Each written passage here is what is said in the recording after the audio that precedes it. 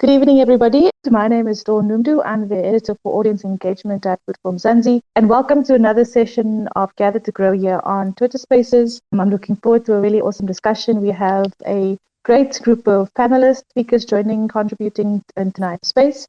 My co-host is on his way, but he'll be here. But in the meantime, maybe we can ask everyone to introduce themselves, all the speakers here tonight, just to tell us a little bit about themselves and what brings them here. And I'm really looking forward to tonight.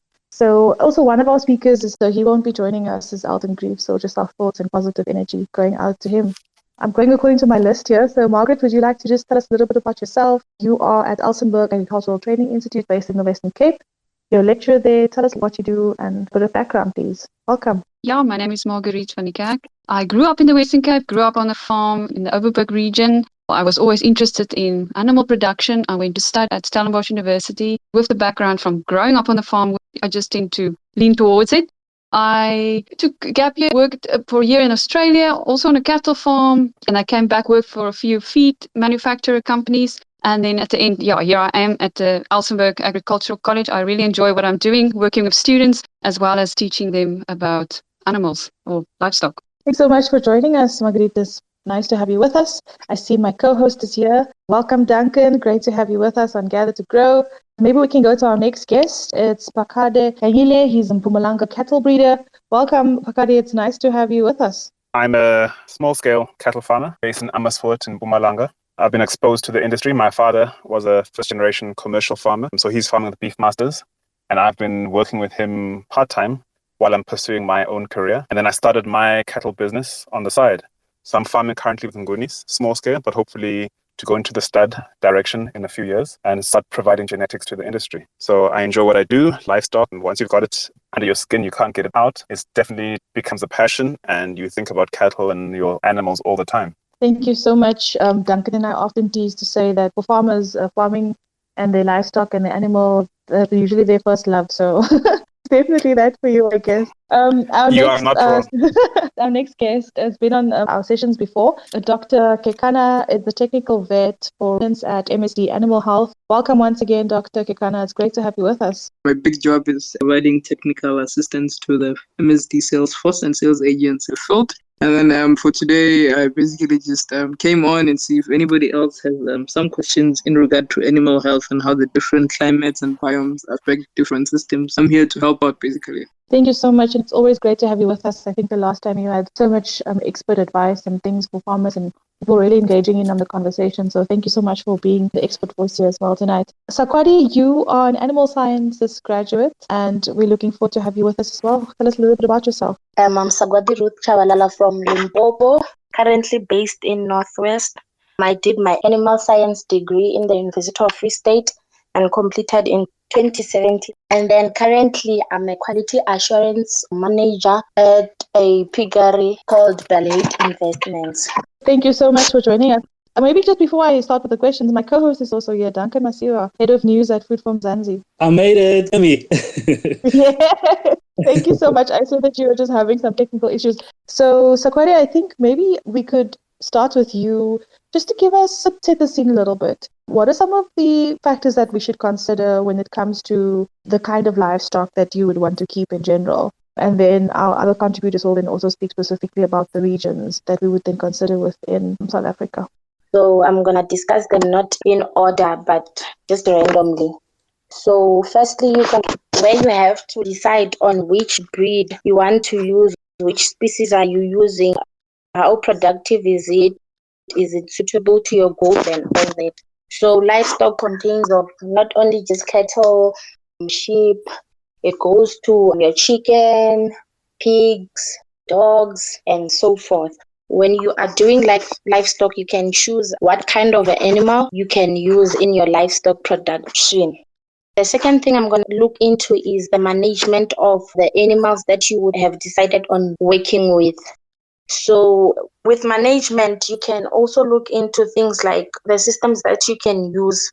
It can be intensive systems, it can be extensive ones, or you can mix the two, the intensive farming and extensive farming, where in intensive farming, you farm like in-house. Your animals are in-house, and then extensive, they are outside, and a mix of that. And then you can also decide on what scale are you willing to go, or if the pocket allows you, you can decide on that. Is it a large scale or small scale? Also, management includes your labor and those kind of things. The third thing we're gonna look at is the environment. When you are raising your livestock, the environment that you'll be raising your livestock, which you have to focus on your climate, your seasons, your biomes, your pastures. Like, how are they gonna influence your animals from productivity? Like, with seasons, you have to know, for any animal that you'll be raising, you have to know the seasons that it's adapted to or not. In terms of pastures, what you have available, and this also goes back to the systems that, like, for instance, if you're raising your cattle, you have to know the pastures that are available to you that you'll be using in your system. If it's an extensive system, you have to know the pastures that you'll be using in those systems. The fourth thing is nutrition that we'll be looking at. In terms of nutrition, in regards to your livestock, you have to know what to feed and when to feed that kind of livestock that you'll be farming with.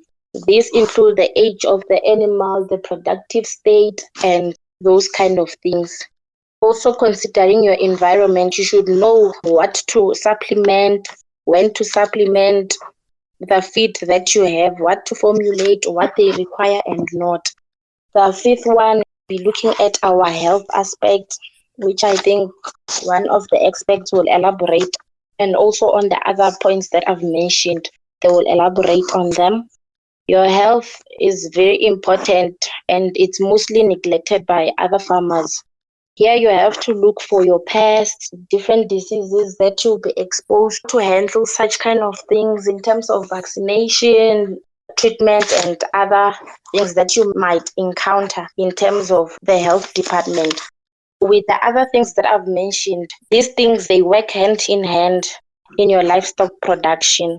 They assist you to maximize your production. So if you use them in correlation, they will help you to maximize your production in every province of our country, regardless of where you are. If you use them and do research on the, maybe like instance, environment of where you are, it will assist you in that regards. You have to have resources like for your water, soil, and also capital.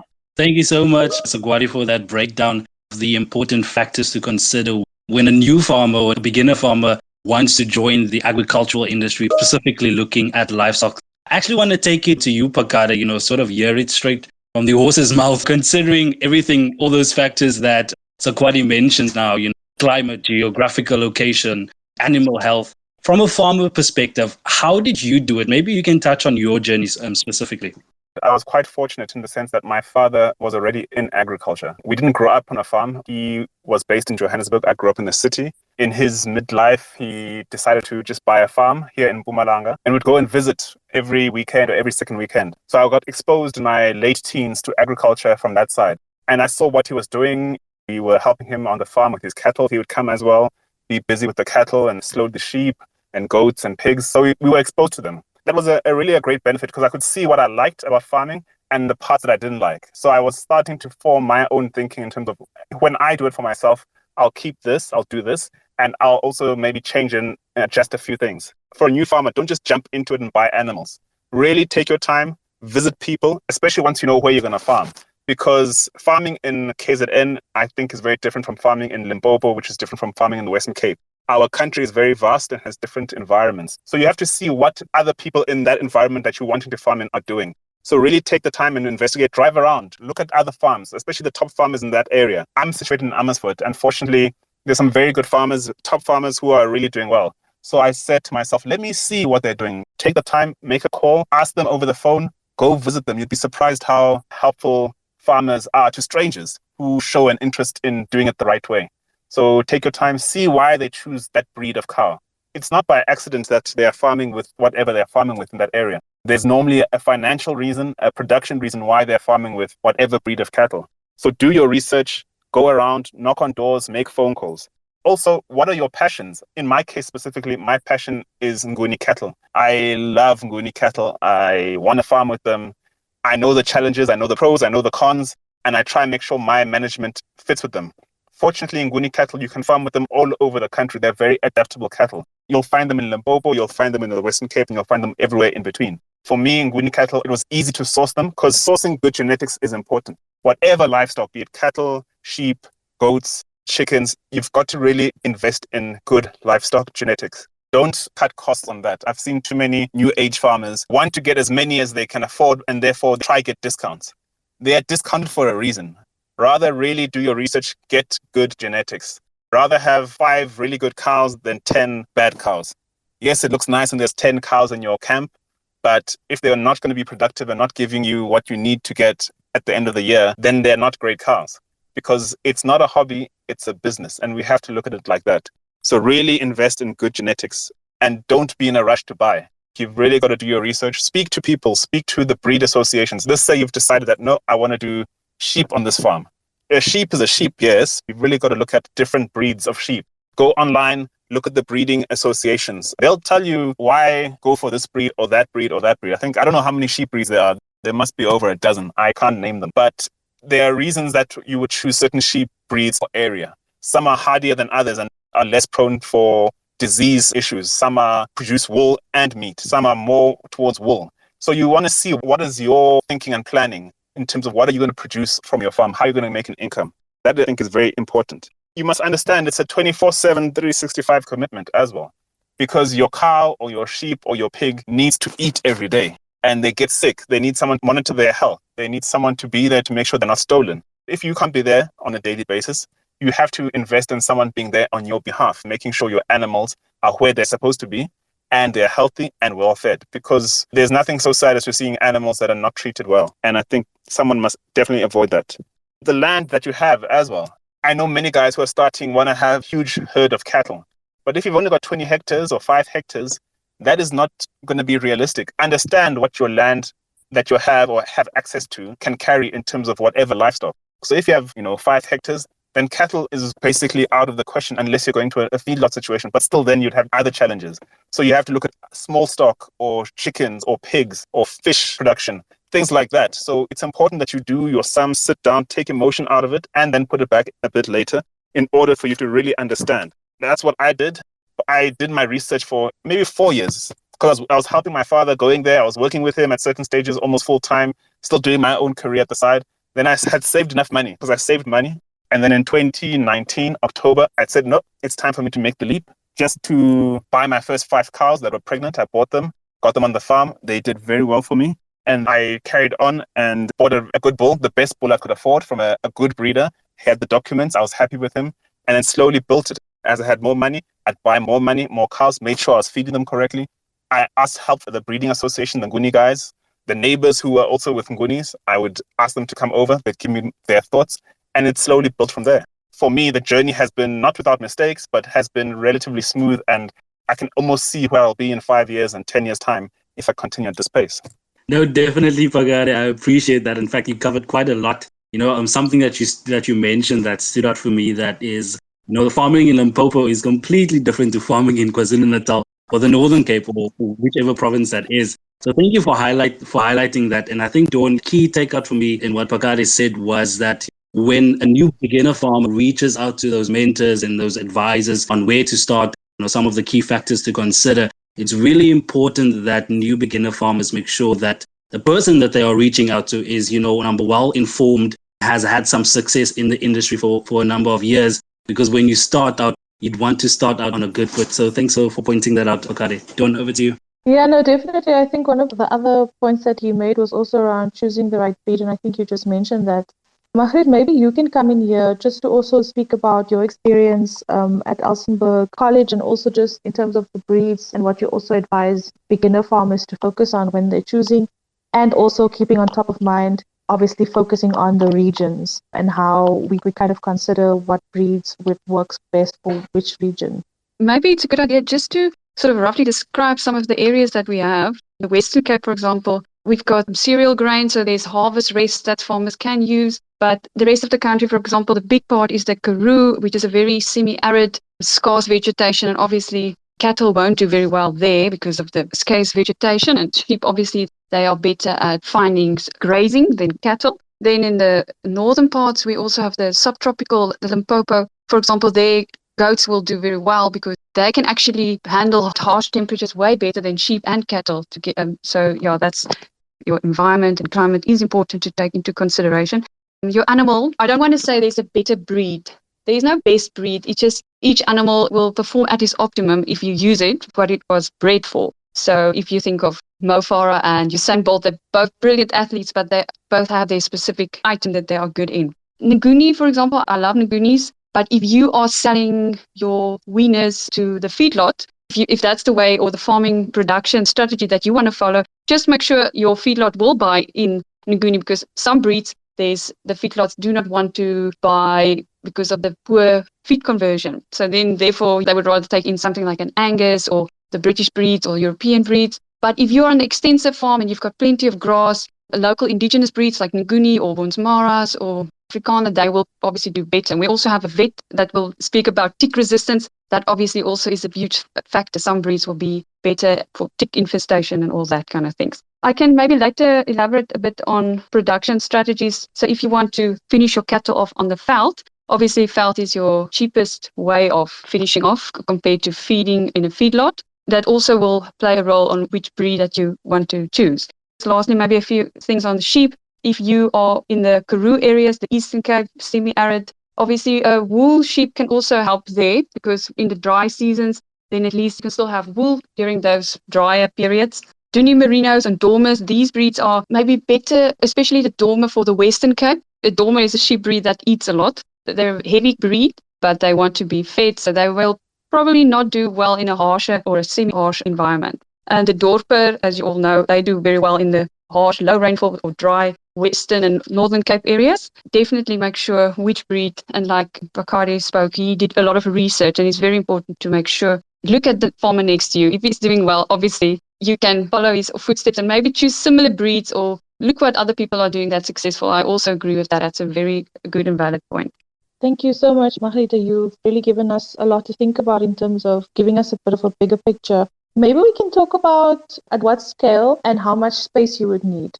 If you're a beginner farmer, how much space would you need to get started? What would you need to think about? If it's the Karoo, you need many more hectares compared to like in the Western Cape, maybe the Southern Cape. And also, if you only have a small piece of land, think of chickens, poultry. That's a small area that you can utilize to the maximum potential. Thanks so much. Akwadi, would you Could I also add like something to there? add something? I think what has helped me, because like I think most people know, every area is different. So the grass, the capability or the capacity of the grass to carry animals throughout the year is different depending on where in the country you are. Like Margaret said, in the Karoo, the vegetation is very sparse. So cattle don't do well there because there's very little grazing available. So sheep, smaller animals, sheep would be able to survive there. I'm based in Malanga, and there's the Untitled Institute, which is in Ermelo. So they'll tell you actually that one cow in this area requires so many hectares of land for it to be able to live on comfortably for a year. So it's important that you know that, okay, in this area that I'm in, I would need so many hectares per cow or per sheep. They can give you those calculations. So if your land is 50 hectares, for example, in our area, our carrying capacity is one animal requires 3.5 hectares per year. That's the amount of grass it will eat. So that's how much space it requires. So you can calculate then how many animals can you keep on 50 hectares without having to then buy in supplementary feed like bales and other things like that, which are very expensive.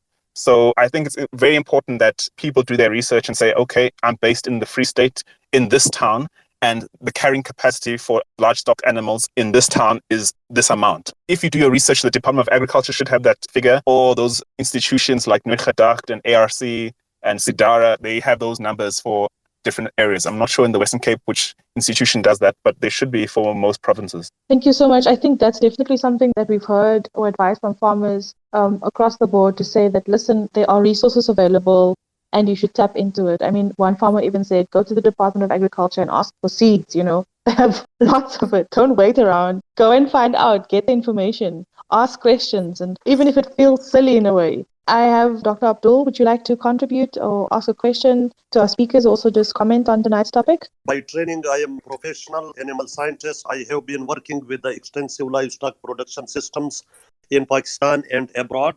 I would like just to add very few things with you people, just for experience. to share with you. I have visited South Africa also, the production system, the livestock. Basically, one thing is very basic and philosophical, that the native breeds, the local genetic resources are very important, and they can better survive, sustain in the prevailing conditions or the local environmental conditions. Because the whole concept is going or articulating around the adaptation. So they are highly adapted. I have given the name, the phenomena, the guided evolution. The farmers have guided the evolution of those livestock breeds to survive, sustain, and produce in challenging conditions. So that is very basic, to rely on native or traditional or local genetic resources like cattle, like sheep, goat, horses, camels, like for example here, chicken. The other thing, these carrying capacity, the tools to calculate the potential of a grazing area or the range lands, these parameters need to be readdressed, because these are like very old concepts, and now the things are a bit changed. For example, for what purpose you keep your animal? If you are keeping for milk, the requirement is a bit different. For meat, it is different, and so on. The other thing, the native breeds, they can walk better. They can go for search of fodder, for search of water. So they are well capable to survive and sustain in that system. The other thing, the very important thing, that the native livestock, they have certain microbiome in their guts, which indirectly fertilize our lands. If we will keep proper grazing systems, we will have better, healthy, and fertile lands. That is the outcome, the nutshell of the 2000 years experience of humanity. So these things, the government, the institutions, how they can support? They can support in health management, because sometimes the farmers, especially those farmers who completely rely on their livestock, they face some like big losses because of some infectious diseases, epidemics. That is number one. The institutional support, the legal or the constitutional support. For example, I really don't know exactly about South Africa. In many countries, the traditional people, the nomads, the pastoralists, they had their own traditional grazing lands. But the government, they applied some other project and distributed those lands like hotcakes to the other people. I mean, the people who had money and have the wrong dreams, that we will make this development, we will do this, we will do this, we will do this. And the third and the very foremost thing is to help them, the livestock keepers, in better marketing. Because the marketing is the big issue. For example, one cow is grazing or a feed lot, depends on the imported feed, and a lot of high input systems. They offer antibiotics, like other hormones, everything.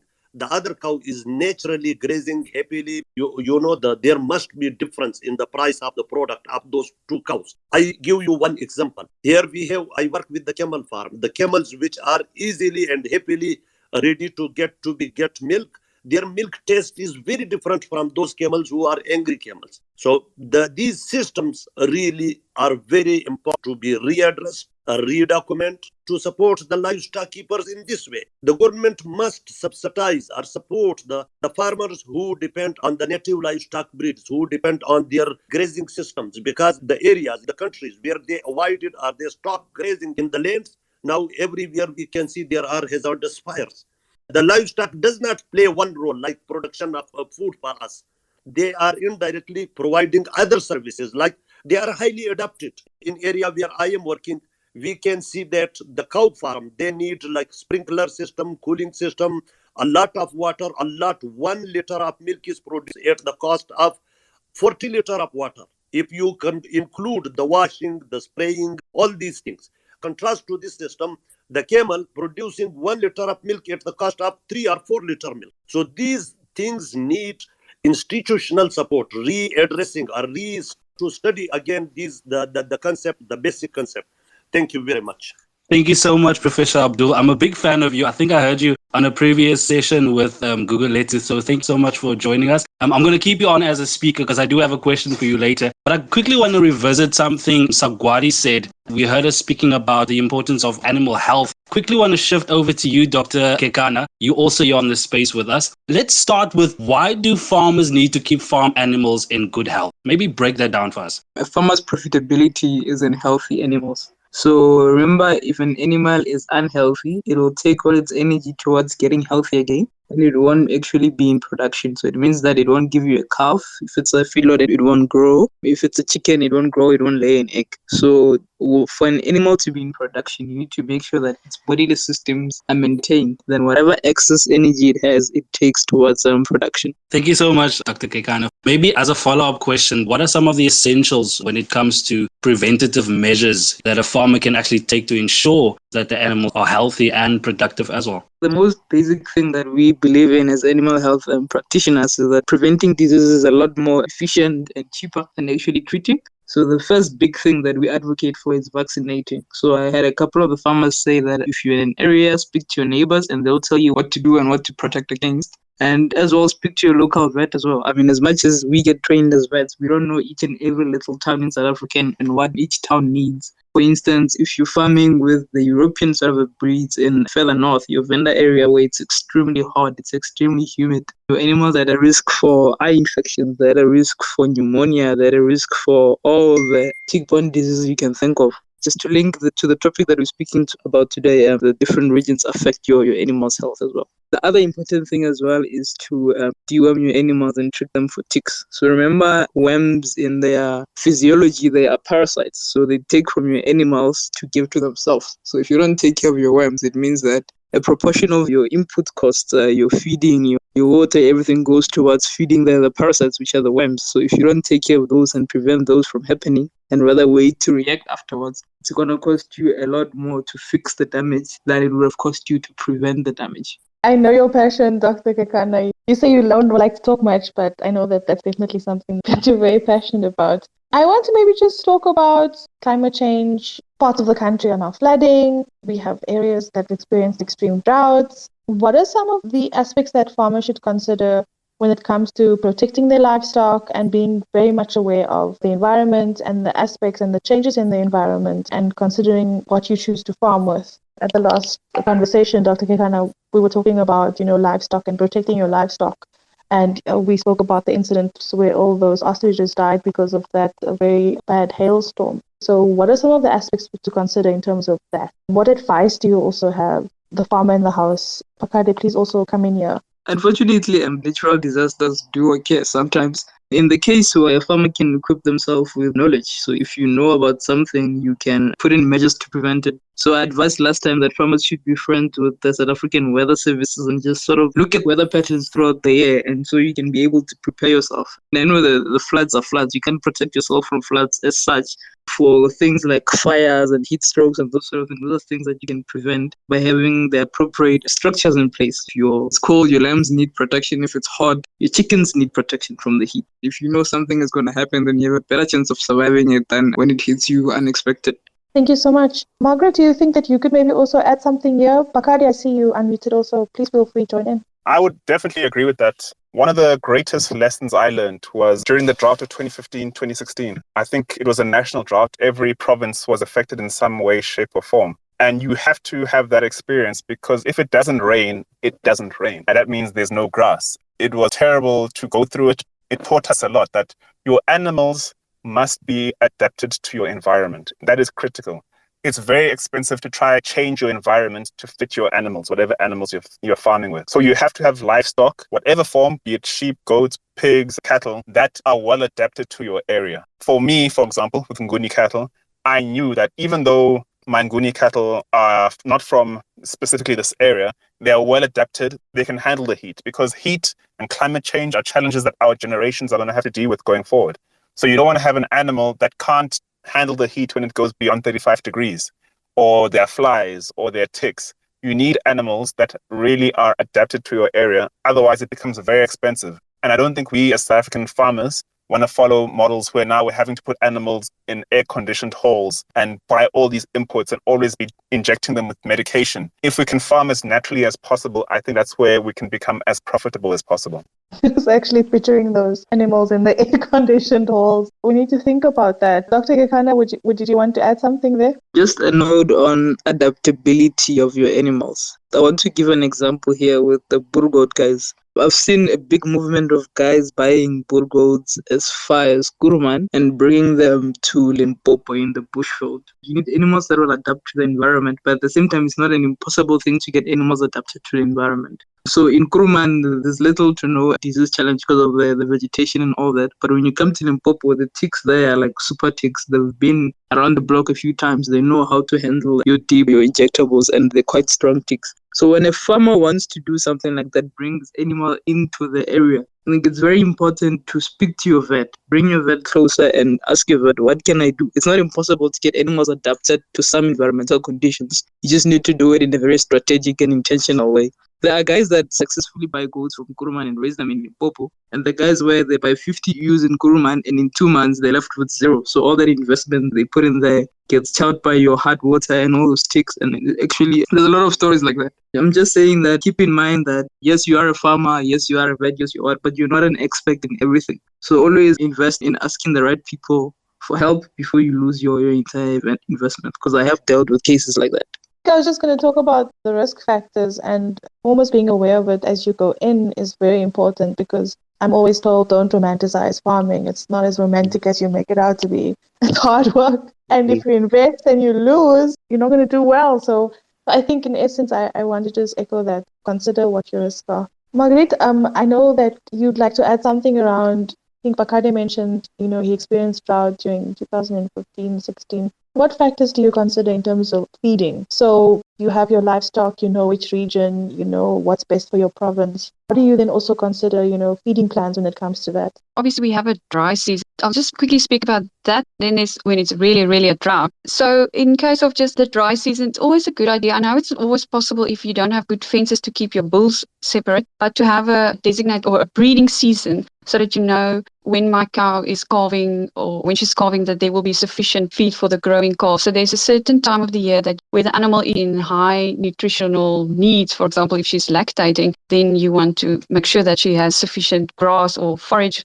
to eat. So each area of the country, you have to know when is the rain season, or you will have to know the rain season so that you can calculate and know when to have your short breeding season. That will make your life a lot easier. That's just common knowledge, but not a lot of people do that. Sometimes you see people keeping the bull with the cows throughout the year, and it seems like animals are very productive, but then you also miss those cows that's maybe slipping through and not providing your calf each year. That's just something that I want to mention. And then the droughts that we had here in the Northern Cape, it's very harsh, but you'll have to get rid of the unproductive animals or maybe sell the lambs and just keep your core herd animals. We just want to maintain them. It's just maintenance, roughages or feed that's cheap to just get them through. That's not the time where you are going to feed them lots of grains and try to gain weight. We just want to get them through the drought. And some of the droughts are really, really last a long time. Actually, there's a lot of things that you can feed animals. I've heard of people get dried fruits or vegetables or anything that you can get your hand on. I'm sure if you have someone that knows a little bit about formulation, they can help you and just providing that animals just something to fill their gut so that they can survive the drought. Thank you so much for that. What are some of the sort of livestock or that you can farm with that works for all provinces? Could it be rabbits? I don't know. People aren't that into it yet, but what are some of the advice that you would give? Chickens? I think someone mentioned that also. What advice do you guys have on that? Buddy, would you maybe like to take this one? I can try. I'm no expert on the whole country. You do find cattle in every province in the country. Yes, certain parts of the Karoo are very dry and you would not have them, but there are parts of the Eastern Cape, Western Cape and Northern Cape that do have more rain and have a bit more grass. So you will find cows in every part of the province.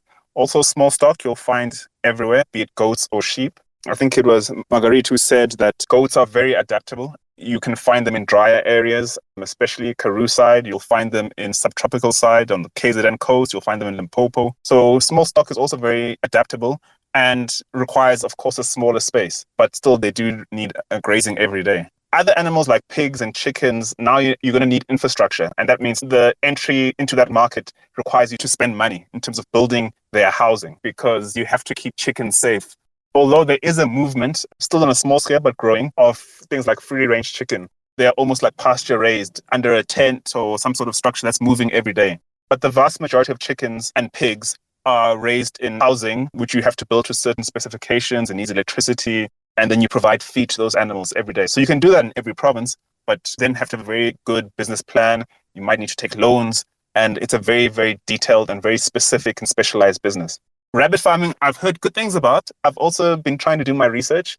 I just haven't really pulled the trigger on that or visited a rabbit farm, but from YouTube and Google, Google and YouTube become a farmer's best friend. You must do your research and see what is out there, what does the future hold, what meat trends are happening in the future, because we really need to be at the cutting edge of what will people be eating in 5 years, 10 years, 20 years time. Oh, definitely. And of course, Food from Zanzi's Farmers Inside Track channel is also specifically catered to this. I have some lekker news at the end of the session as well that I'd like to share. But maybe just another question. I think you mentioned something very important is also the cost involved. How much you'd spend on infrastructure if you have, because you can buy a starter pack for chickens and chicken farming for between 2,500 and 3,000. But what are some of the costs involved? And I'm not sure who of our speakers would like to contribute. I see we have Dr. Kekana. Sangwani might be having some trouble with the network, I think. It would depend on the kind of farming enterprise that you're going for. So obviously your more extensive systems are a lot less cheaper. If you're doing maybe an extensive pig or chicken like free range, the startup cost of the infrastructure would be a lot cheaper than going for an intensive chicken or pig enterprise. I can give you the cost of the steel and the cement and all of those things. But I think I see Gugu and Ipeleng are here. I think they could give you a more accurate figure of how much the infrastructure would cost you. Thank you so much, Dr. Kekana. Farmers, if you have some idea to share some of the costs that is involved, let us know. Margaret, you still also wanted to add to that question? I don't have specific costs, but I want to mention is something like a dairy farm. If you want to start a dairy farm, that's millions of rands of infrastructure. But I also read about a mom and a daughter that just have 4 or 6 dairy cows and adding value to the product. So they are milking those cows, make cheese, make butter. So you don't always have to go all the way and have huge inputs, and you can find that niche market if you do the extensive way or the organic way. Because I feel that can also be an interesting way to enter the market. There might be some issues with technical things. I remember I told you guys in the beginning, this happens often. We only have 2 of our speakers left on this space gathered to grow tonight. We're talking about all things livestock farming and what to farm in which province. We're at the end. I'd like to maybe ask our speakers tonight just to share one last piece of advice, and then we'll wrap up. And remember, you can, of course, DM us, email us if you have any questions, speak to the speakers that we have here directly tonight. And also remember, we are together and grow. So if you want to grow with someone, connect with them, that's also important to us, and that's why we do this weekly. Shall we start with you, Sagwadi? Seeing that we started with you in the beginning, maybe you can share your last word. The more emphasis I can put on is that one should ask as much as they can and also make research on whatever they want to do, and also find a mentor who will be helping them in the journey of livestock, because we cannot do it on our own. Thank you so much for that, Sagwadi. I think that's definitely an important aspect for any beginner farmer to consider, and finding your mentor way before you even think about anything else. I think Bakari also mentioned that in the beginning. Dr. Kekana, last word from you? Always equip yourself with information and find out who the right people to speak to are. I mean, I've seen horrible advices going around on social media. So just, take everything with a pinch of salt and always have somebody to sharpen your brain against, and make sure of some of the things that are said to you on social media or even by other fellow farmers. Not everybody will want your farming journey to succeed. So just take everything with a pinch of salt and ask the right questions to the right people. Thank you so much. Margaret, would you like to share a last word? There are many experts that you can ask around. Don't feel afraid to ask. And always, wherever you are in the country, farm with the nature. Don't try to lamb or calf when it's dry time or wrong seasons. Also with your supplements, just supplement what's needed. Use what you can. Use the forage that's available to your advantage. Thank you so much. I must admit, I feel like I've been messing up your name all night. No, it's perfect, Margaret. Okay. That's perfect. Okay, no, it's fine. Thank you so much. Bakari, would you like to add something before we let you go? To all prospective farmers, guys and ladies who are thinking of starting, do everything that everyone has said, definitely on the panel. But at the end, you've just got to start. Pull the trigger and go. Because, sometimes we hold ourselves back. We overthink it and we just say, no, I'll start next year, and next year becomes in 2 years. Just, start and you will learn. You will make mistakes, hopefully not big, serious mistakes. Just get going and you will love it. It'll stress you. It'll make you pull your hair out, but it becomes like a hobby, passion, lifestyle, but also make sure it stays a business as well, because it has to be a sound financial investment. Thank you so much, Bakari. It was great to have you with us. And of course, you can read his story on Food from Zanzi if you'd like to know more about how he started and where he's at in his journey. And then before we let you go, Duncan, I think I'm super excited about this. So as I mentioned at the beginning, all of our content on Food from Zanzi around our Farmers Inside Track is specifically catered to beginner farmers, new farmers in the sector, people who are already established, just to get up to sprinting speed.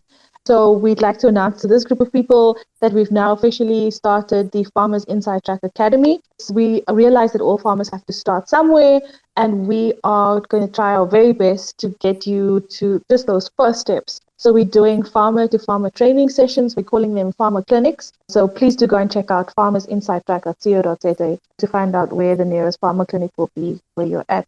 I'm really excited about this, Duncan. I don't know about you. I'm super excited, but I think I'm more excited for the farmers, especially Dawn, especially, the ones that are starting out. Having access to farmer clinic is very, very important. So I'm excited for those that are listening. Keep their eyes peeled to the Farmers Inside Track platform to find out, obviously, when we will be in your area and your region so that you can also benefit from that. Thanks so much for joining, and everything of the best with your farming journey.